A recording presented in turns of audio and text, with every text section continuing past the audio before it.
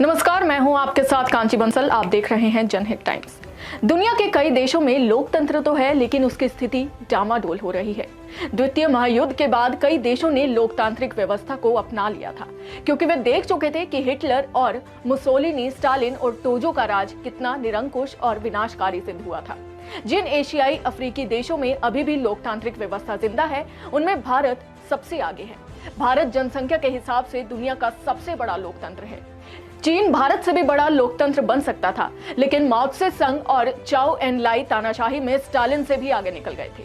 भारत गर्व कर सकता है कि आपातकाल को छोड़कर बाकी बचे समय वह ज्यादातर लोकतांत्रिक ही रहा। भारत में ना तो कभी फौजी तख्तापलट की नौबत आई और ना ही सत्तारूढ़ नेताओं को देश छोड़कर भागना पड़ा। फिर भी भारत का लोकतंत्र पूरी तरह से स्वस्थ नहीं है। इसमें भी कई तरह की बाधाएं सामने आती हैं। जातिवाद, परिवारवाद, एक तानाशाही, भ्रष्टाचार, दल बदल, दलों में आंतरिक लोकतंत्र का अभाव जैसी चीजें हमारे लोकतंत्र को कमजोर करती हैं। लेकिन पड़ोसी देशों पर नजर डालें तो हमें आश्चर्य होगा कि जो देश सदियों तक भारत का हिस्सा रहे हैं और भारतीय संस्कृति में ही पले बड़े हैं, उनमें लोकतंत्र या तो ना के बराबर हो गया है या फिर उसे लकवा हो चुका है। अब ताजा उदाहरण श्रीलंका का ही ले लीजिए। वहां पाकिस्तान, बांग्लादेश, म्यांमार की तरह फौजी शासन नहीं आया, लेकिन आज जैसी अराजकता वहां हो रही है, वैसे दक्षिण एशिया के किसी देश में पहले कभी नहीं हुई है। राष्ट्रपति गोटबाया को देश छोड़कर भागना पड़ा और प्रधानमंत्री रानिल विक्रमसिंघे पता नहीं कहां दबक के बैठे हैं। उनके घरों को जनता ने आग के हवाले कर दिया और राष्ट्रपति भवन में लोग घुस गए। अब सत्ता कौन संभालेगा, कैसे संभालेगा, कुछ नहीं कहा जा सकता। बात अगर पाकिस्तान की करें तो पाकिस्तान का लोकतंत्र तो शुरू से ही डगमगाया हुआ है। 2 से 3 बार वहां बकायदा फौजी तख्तापलट हो गया है और बचे हुए समय जो भी तथाकथित लोकतांत्रिक सरकारें बनी हैं, वे हमेशा फौज के अंगूठे के नीचे ही दबी रही हैं। माना जाता है कि इमरान खान का आना और जाना फौज के कारण ही हुआ है। जो नागरिक सरकारें वहां बनी वो ज्यादातर परिवारवाद से ग्रस्त रही। जो सरकारें अभी चल रही हैं वे दल बदल के दम पर हैं। एक दूसरे के जानी दुश्मन एक ही नाव में सवार हैं। इससे यह भी सिद्ध होता है कि सत्ता ही भ्रम है और सिद्धांत, नीति और आदर्श माना जाता है।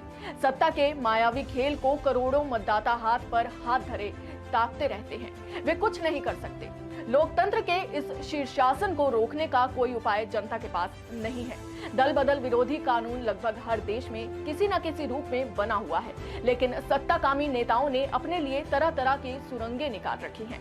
ब्रिटेन, इजराइल और नेपाल में भी सत्ता परिवर्तन हुआ है या उनका खेल चल रहा है।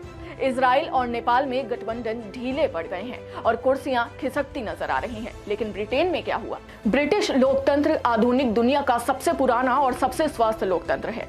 वहां ना तो दल बदल हुआ, ना फौजी तख्तापलट, ना ही महारानी ने प्रधानमंत्री को उपस्थित किया। बोरिस जॉनसन को खुद ही इस्तीफे की घोषणा करनी पड़ी।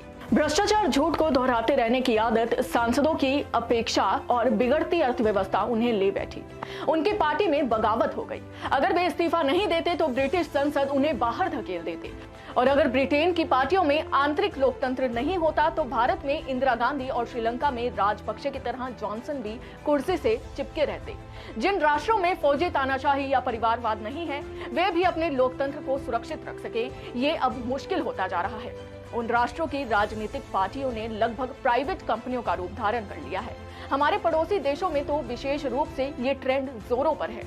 इन राज्यों की सत्तारूढ़ और विपक्षी पार्टियों में ना तो किसी मुद्दे पर खुलकर बहस हुई और ना ही आलोचना होती है और ना ही उनकी सरकारों के मंत्रिमंडल में किसी मुद्दे पर कोई भी गंभीर विचार विमर्श होता है। इन सरकारों को पता ही नहीं चलता कि उनकी अंधाधुन नीतियों के विरुद्ध अंदर ही अंदर एक ज्वालामुखी भड़क रहा है। पड़ोसी देशों की दुर्दशा सभी राष्ट्रों को सतर्क रहने का संदेश दे रही है। जिन राष्ट्रों में फौजी तानाशाही या परिवारवाद नहीं है, वो भी अपने लोकतंत्र को सुरक्षित रख सके, ये अब दिन ब दिन और ज्यादा मुश्किल होता जा रहा है।